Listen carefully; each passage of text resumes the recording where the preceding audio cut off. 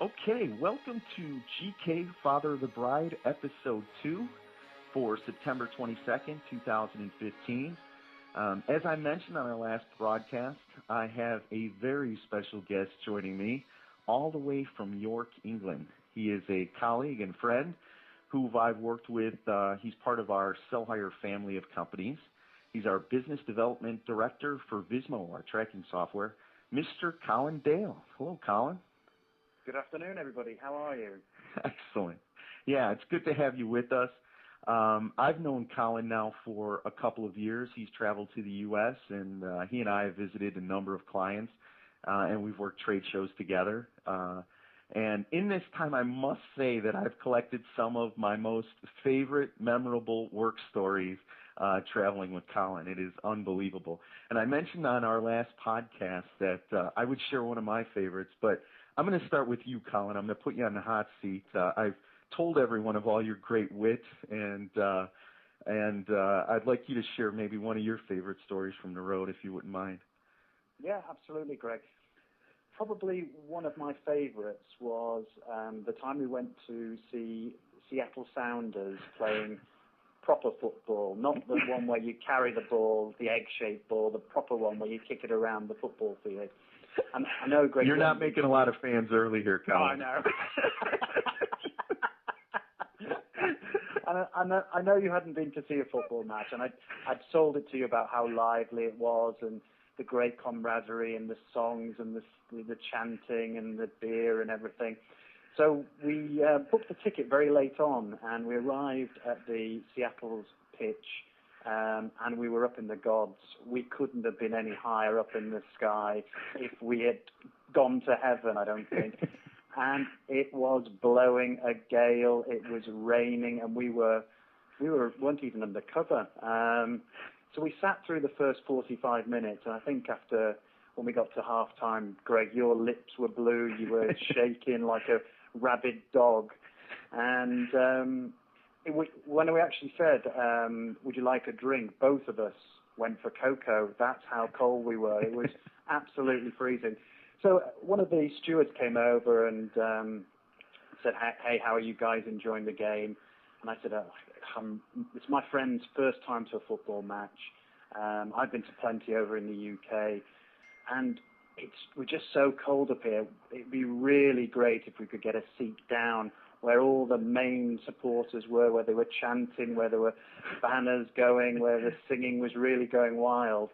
And she was like, hey, guys, I can sort that out for you. So you came back, Greg, with your cocoa and looked had a bit more colour in your lips. And I said, look, Greg, I think we're on. I think we're going to get down there where it's all kicking off.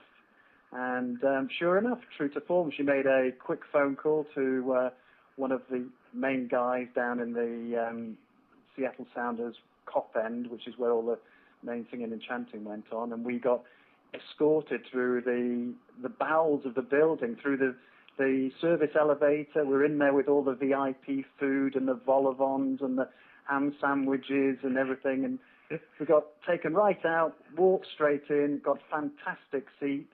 And that was it. It was fantastic. We were chanting away, I'm Sounders till I die. It was throwing it down with rain, but it was such a good atmosphere. It was such good fun. You had to be there. It was one of the best nights I've ever had.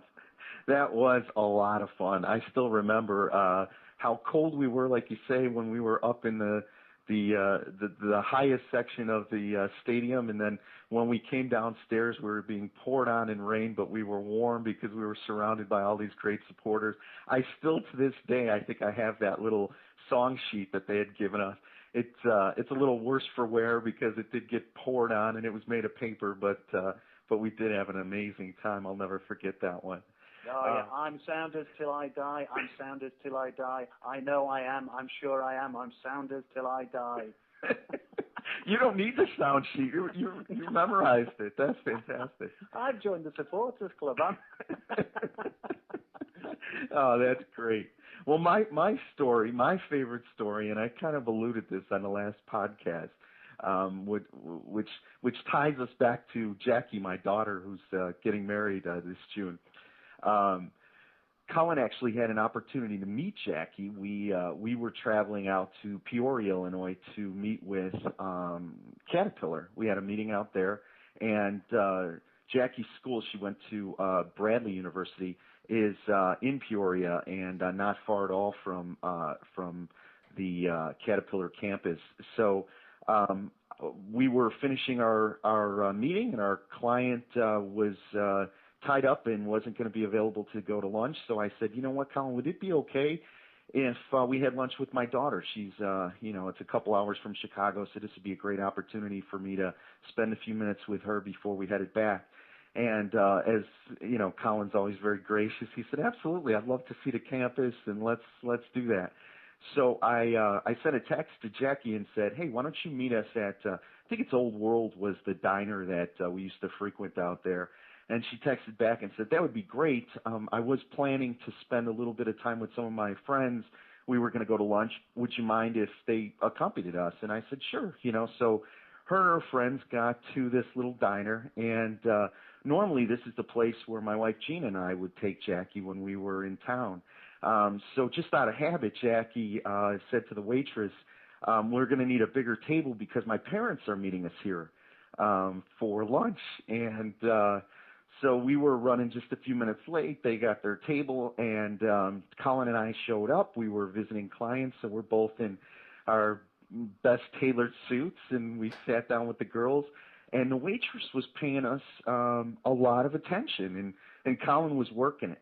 He was there ordering up food and asking a lot of questions, and this waitress couldn't have been more attentive. And we later found out from Jackie that when she booked the table, she said, my parents are going to be meeting us. And the waitress thought that we were two gay parents who had adopted her at a young age. And she couldn't get over it. She had such a good time with us. And it was funny because on the way out, I think Colin said something to me to the effect of, I think she fancies me. And it turns out she didn't fancy him. She was impressed with the fact that two men had adopted a girl at probably a young age, and showed her a very normal life and sent her through university. So that was crazy. It's still a funny story that I tell to this day, and Jackie and her friends always get a kick out of it as well. It's crazy. But I really do appreciate, Colin, you taking a few minutes of your day this morning to give us a little bit of an insight as to how things are a little bit different between the UK and the US. We spent the week talking about some of the people that are going to be traveling in from other parts of the country to come to Jackie's wedding. But it's interesting how often you come to the US. And I must say that, having two boys, this is probably a little bit different for you. You're not the father of the bride, and the father of the bride is really a tough job. It's an expensive job. And us Americans really blame the UK because our daughters are obsessed with these over-the-top weddings because they've tuned into Prince William and Kate's wedding, and they see all this going on. So I just must say before we go any further that I do blame you personally. So this is all your fault. Well, you've given us some right rubbish over the years. You've given us things like Trick or Treat, Black Friday. You can't blame me for your wedding being expensive. Oh, touche. That is a good comeback. You are absolutely right. So when your sons get married, Colin, what's that day going to be like? Do you think about that on a regular basis? Well, I think about one of my sons getting married because he's actually, and this is true, his girlfriend does look like Kate. She is wow. She is the spitting image. So I think that's going to be a very sort of sedate, sensible wedding. And generally in the UK these days, probably 50% of weddings are paid for by the couple themselves, and the parents chip in a little bit. It's not so much these days where the father of the bride pays everything. So I think that's going to be a fairly sort of standard everyday wedding. My youngest son, he's basically a guitar guitar playing, dope smoking, laid back dude. So he hasn't got the energy to get married. He is like the Big Lebowski. He is the dude. So I can't see him getting married in any time immediately anyway. It's funny. Those are the kind of guys, though, that attract a wide audience. I'm sure he's probably got a Rolodex of girls that are following him around because they like the bad boy, the guy who, seems like he doesn't care too much and, he's willing to take some chances. So you never know. The women love him. They're all over him all the time, and he just doesn't get it at all. He really doesn't. Well, we are lucky that Mike, he's the groom. His mom and dad are more than willing to share all the expenses with us, and they've done a great job of raising their son. We're so excited to have Mike as part of the family. So this is going to be a labor of love for all of us. We're all really looking forward to the joining of these two families.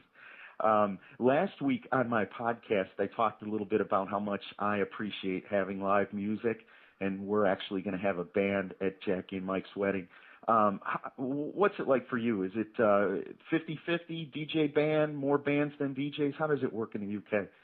I think it used to be a lot of disco DJ type things, but it's becoming less and less. I think more and more people are moving to live music because the repertoire that bands can play is so extensive.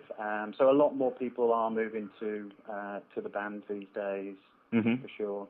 Well, that's good. Yeah, I think we're seeing a lot of the same thing here that, live music is starting to really become something that, really changes the atmosphere at the wedding. More people seem to dance, and there's a little bit more energy in the room. So, we're really looking forward to that. For you, is it suit or tuxedo? I know you're a big kilt guy, so maybe pants or no pants? How does that work? Well, being a true Scot, I would definitely be wearing a kilt, and I'd be definitely commando. I would have no underwear. So if you see me on the dance floor, I won't be doing any great spins or anything like that because it might be giving some of the old women a bit of a shock. Well, you know what? After this call, I think you're going to probably have several people in our audience here asking for friend requests on Facebook because they want to see that kilt and maybe a spin or two from you. All right, I've got another question for you here. And this is an important one because we have so many people, as I said, coming in from other places in the U.S., traveling to Dallas for the first time. And we want to make sure that everyone feels that, it was worth the time and effort. So if we have a little downtime, we're expecting people are going to come in probably the day before. The rehearsal's going to be on Friday. We want to show them, something that would be interesting. When you come to the U.S., what are some of the things that you really enjoy doing here that, might be some ideas that we could kick around to, get these groups to participate in? Is there anything in particular? No. I know you're an outdoorsman. We're not going to climb Mount Everest, and of course that's not here in the U.S. But no free jumping or anything like that. It would actually have to be something that my mom can do, and and my mom is not in your physical condition. So so I'm going to rephrase that. Is there something tame that we can organize for both men and women? What's she doing on Tuesday night?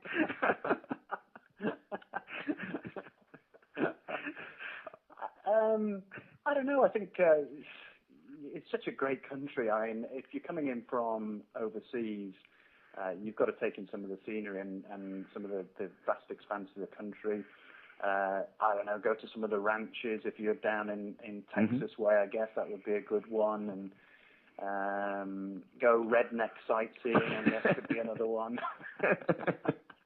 Yeah, I think we're trying to put something together for Friday night where we might have steak. Meat is really big here, obviously, in Texas. So we might have some of that local Texas steak, and then do a little two-stepping at one of the bars that has the country and western music. Give people a taste of the Southwest, if you will. So I really appreciate you joining us today. I don't want to take up too much more of your time other than to finish this off, to say I really appreciate again you joining us. I'm looking forward to your next visit to the U.S. and keep June 13th open, Colin. If you and your wife and your Big Lebowski son or anyone else feels like coming to Dallas for Jackie's wedding, the invitation is absolutely open to you. So, can I bring my wife? You absolutely can. Right. Can I bring somebody else's instead? Yeah, I'll help you. No, I'm not going to help that situation at all. I think your wife is a beautiful woman, and you need to keep yourself engaged in that situation because you have two beautiful kids as well. Well, again, I appreciate your time. As we sign off here, I just want to remind everyone that if you have any suggestions for upcoming podcasts, please feel free to put comments on Facebook, or alternatively, if you're not a Facebook subscriber, feel free to email me at gkraynak, that's KRAYNAK 149 @gmail.com. And next week, our focus is going to be on the children, the kids that are going to be attending the wedding. And leading up to that, we're going to have footage, hopefully, from Jackie. She's attending Johnny the Ring Bearer's first birthday party on the 28th. So by then we should have the audio footage from that. And we'll have Johnny along with his sisters, the Flower Girls, on that podcast. So it should be a lot of fun. Look forward to that and more information on Facebook. Thanks again, everyone, for joining. Enjoy the rest of your Sunday afternoon, and we'll talk to you soon.